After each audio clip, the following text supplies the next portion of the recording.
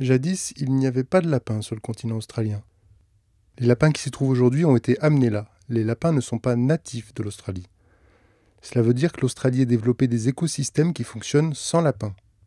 Les animaux et les plantes qui s'y trouvent n'ont pas subi, au fil de l'évolution, un processus de sélection qui leur permettrait de vivre en même temps que les lapins. Ces animaux et ces plantes ne sont donc pas capables de survivre à la présence du lapin.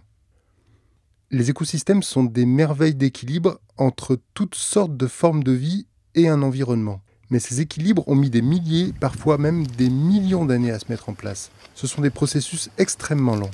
Et parfois, il suffit de ne modifier qu'un seul paramètre pour tout bouleverser. Au milieu du 19e siècle, un colon australien originaire de Grande-Bretagne a eu la brillante idée de lâcher dans la nature 12 couples de lapins. 50 ans plus tard, ils étaient 600 millions. Le lapin n'avait alors aucun prédateur naturel en Australie. Il n'avait aucun prédateur, donc aucune limite à sa natalité. Et en plus de cela, il disposait d'une nourriture extrêmement abondante, ce qui favorisait aussi sa natalité.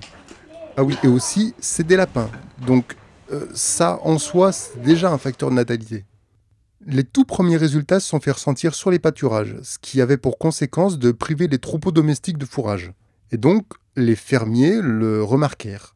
On est dans la même situation que pour le frelon asiatique aujourd'hui, c'est-à-dire que les humains mesurent en premier l'impact sur les animaux domestiques.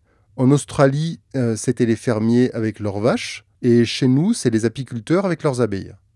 Mais comme on va le voir plus loin, c'est pas la faune domestique qui va subir les plus lourds dégâts. Non, c'est la faune sauvage qui va être décimée. Pour couronner le tout, en détruisant les jeunes pousses et en rangeant les racines et l'écorce des vieux arbres, les lapins transformèrent petit à petit les zones boisées en désert. On n'avait pas seulement des dégâts sur les animaux, on avait aussi des dégâts sur la végétation. Des battues furent organisées, on posa des pièges, mais rien ne parvenait à entraver le développement des populations de lapins en Australie. Tant et si bien que les autorités, en vertu de la règle selon laquelle une connerie n'est une connerie que si on a l'audace de la renouveler, les autorités, dis-je, décidèrent donc d'introduire le renard en Australie. Une autre brillante idée, le plan c'était, les renards chasseraient les lapins et tout rentrerait dans l'ordre. Alors, inutile de vous le dire, les choses ne se passèrent pas vraiment comme prévu. Les renards qui étaient partisans du moindre effort y délaissèrent les lapins et ils se taillèrent leur garde-manger dans les populations de marsupiaux qui étaient plus faciles à attraper que les lapins. Et du coup, les lapins qui étaient débarrassés du coup des marsupiaux, ils étaient débarrassés de bestioles qui en définitive leur faisaient de la concurrence. Donc ils se développèrent encore davantage. Une de ces espèces de marsupiaux, c'est un animal que les aborigènes australiens appelaient le bandicoot. Les bandicoots sont inféodés à des habitats méditerranéens ou subtropicaux subarides et ils ont exactement le même régime herbivore que les lapins. Ils occupent donc la même niche écologique que le lapin. Et donc la concurrence avec le lapin et la compétition interspécique a causé la disparition de 3 de ces espèces de marsupiaux, le bandicoot pied de cochon, le bandicoot des déserts et un petit animal qu'on appelle le petit bildy. Ces 3 espèces sont totalement disparues. Le lapin joue aussi un rôle important dans la disparition d'une espèce d'oiseau australien qui est quasiment éteinte, qui s'appelle la grande outarde et qui donc a presque disparu d'Australie. Finalement, pour résoudre le problème des lapins, les Australiens ont introduit le virus de la myxomatose en Australie. L'effet fut radical et les lapins disparurent presque totalement du continent. Cette disparition a eu pour résultat une régénération assez spectaculaire du couvert végétal, ce qui, soit dit au passage, montre que la nature peut se régénérer si on parvient à éliminer le problème. Mais à côté de ça, la faune marsupiale, décimée par les renards et par la concurrence alimentaire des lapins, elle voyait la majorité de ces espèces à jamais éteintes.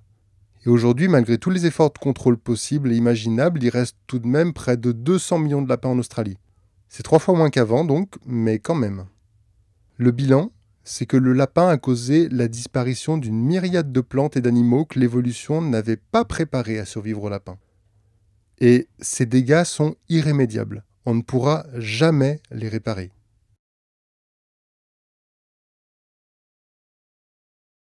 Nous nous refusons à classer la faune sauvage en espèces nuisibles et utiles. Il en va de même pour le cloisonnement gentil indigène et vilain exotique. En effet, dans une nature en perpétuel mouvement, tout écosystème est voué à évoluer sans cesse, entre autres en intégrant de nouvelles espèces. Parfois, un milieu s'adapte à la nouveauté en un rien de temps. Parfois, cela prend des milliers d'années. Et à notre échelle, nous percevons la chose comme dramatique.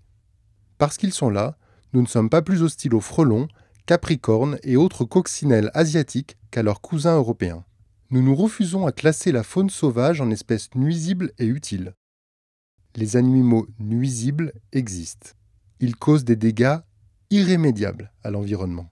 Le lapin, en Australie, est un animal nuisible. C'est une espèce invasive.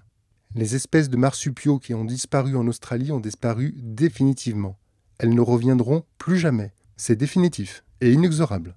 Je t'ai parlé des lapins en Australie, j'aurais pu te citer des dizaines d'autres exemples. Les espèces nuisibles et invasives, ça existe. Et ça cause des dégâts terribles.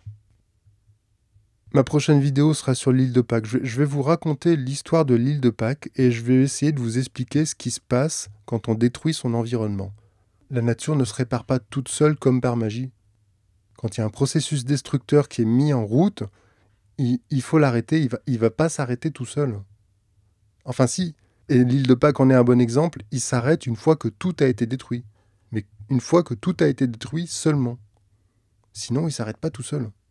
Les lapins en Australie, on n'en voit pas la fin. Parce qu'il y a toujours 200 millions de lapins en Australie qui foutent le bordel. Et c'est pas fini.